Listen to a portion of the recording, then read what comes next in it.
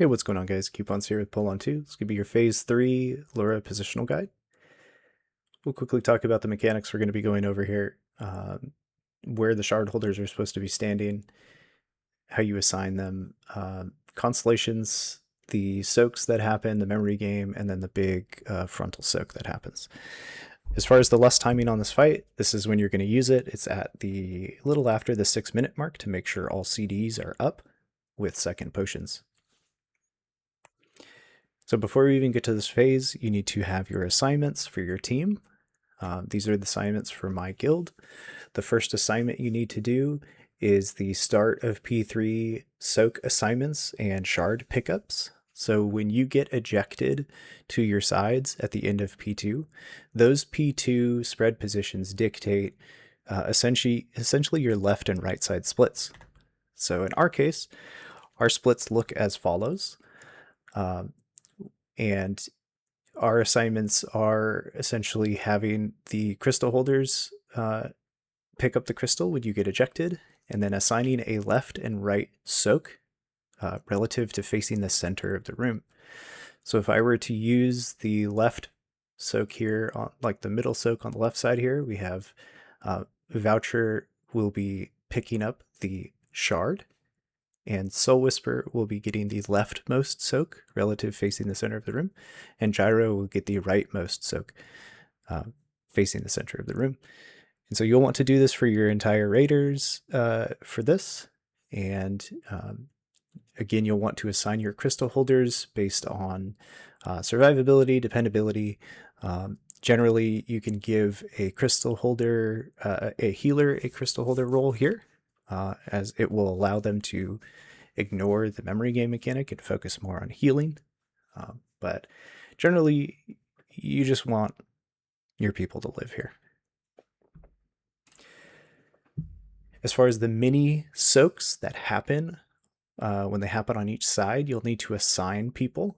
Essentially, there's a leftmost soak, a rightmost soak, and then a middle soak that happen during P3. So this is separate from those ejection soaks that happen at the start of P3. Essentially, you're going to have little mini teams here. So they'll include a crystal holder in each of those, as well as a couple extra people to make sure you get those soaks. Relative positions of your names here don't matter. You just need to be in the soaks and be in a safe area with the crystal holders. The very first soaks, you're going to have 3 crystals, so you can assign basically 1 crystal holder and 3 teams for each soak. And then the second assignments are going to split in half because you're only going to have 2 crystals. So you'll get the left and right soaks and then go into the middle. More about this later. For the shard carriers, essentially what you're trying to do is create an arc around the boss to create a nice big safe zone for everyone to resolve their little mini soaks, to dodge constellations, as well as to resolve the memory game, which we'll talk about. So for constellations, this is something that happens in all the difficulties. You'll see the little orbs pop out, and the lines will connect them. And what I highly recommend here is just to watch videos of players playing through P3 to get an idea and cadence of how the constellations spawn and what patterns to look out for to make sure that you are safe from these constellations. One big tip here is you can generally look for triangles or patterns of triangles within these constellations and stand in the middle of those triangles to be safe, because the constellation lines should not intersect those triangular positions. So, as an example here, the dots will spawn, the connections will happen. So as long as you've identified the safe spots beforehand, and if I overlay those triangles again that I showed before, those were safe zones. Again, you'll have to adjust based on your memory game positioning, as well as the soaks that are happening during this phase. For the soaks, again, you want to assign your left, right, and center soaks for the first set with the crystal holders, and you'll go soak your soaks and then collapse back on the boss. Very easy to deal with. On the second set of soaks, you're only going to have 2 crystals, so you'll split your teams in half, do the left and right soaks first, and then collapse into the middle to get the final soak. For the memory game in P3, Lura shows 3 symbols, just like she did in P1, just only 3 though. And she will then target 3 pairs of players with those symbols. Those players must collide with each other with matching symbols in the order that is shown by Lura. So, if Lura has a T, an X, and then a triangle, you'll want the T players to collide first, then the X players, then the triangle players. The recent nerfs on this boss made it to where you can collide over crystal holders without causing any issue. Please note that the players that do have the collisions will do a lot of damage to each other, so healers, make sure you're topped, or players, make sure you're using defensives or health stones or health pots before colliding to make sure you don't die. As far as the big soak goes, it's pretty self-explanatory. Everyone will collapse in the middle. There'll be a slight knockback from the boss. You'll all stack together, and you'll have your one assigned shard holder to click their extra action button to make it safe to live the frontal. After you hit the frontal, you will use a movement cooldown and rotate north to get ready for the next set of mechanics in P3. So let's just do a once-over of the entirety of P3 mechanics and movement, just so you can put it all together. So at the very start of P3, you have your mini teams as you're ejected from P2.